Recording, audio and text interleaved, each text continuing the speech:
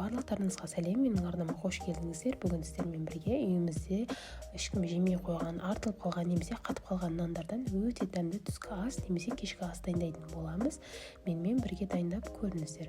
Бізге керекті ингредиенттер осылай турап дайындап алдым.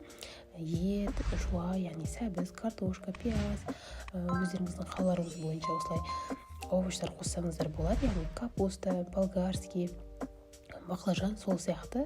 Содан соң үйімізде қалып қойған барлық нандарды жинап салып жіберетін боламыз. Қатып қалған нандар болса да жұмсап, әдемі болып, тамаққа әдемі дәм беріп пісіп шығатын болады. Ең алдымен осылай бірінен кейін бірін салып әдемілеп қуырып алатын боламыз. Пияз, ет, картошка және де сәбізімізді салып, одан соң капуста, болгарский, баклажан, осылай үйіңізде қандай овощтар бар, соларды салып қуырсаңыздар болады. Ал жоқ болған жағдайда міндетті емес, яғни картошканың өзімен-ақ жасауға болады. Барлығын жақсылап қуырып алған соң, осылай қалдық нандарымызды әдемілеп турап алып, оны да салып жақсылап қуырып алатын боламыз. Барлық ингредиенттеріміз қуырып болған соң, тұз, дәміне қарай тұз, дәмдеуіштерді салып, осылай свежий чеснок пен укропты, яғни көкөністерімізді салып, азырақ су құйып, 10-15 немесе 20 минутқа бетін жауып қалдыратын боламыз жай отта.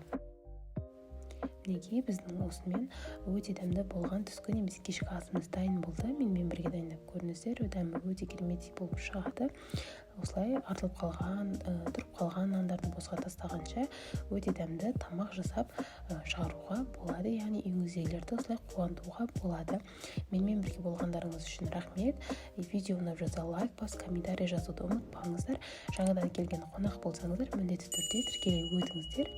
Ал басты бетте жоғарыда инста сілтемесі арқылы менің инстаграм парақшама өтіп, сол жаққа да тіркеліп алсаңыздар болады. Өйткені күнделікті жаңа және де пайдалы өте дәмді рецепттермен бөлісіп отыратын боламын. Сонымен біздің тамағымыз дайын. Ас болсын, сау болыңыздар.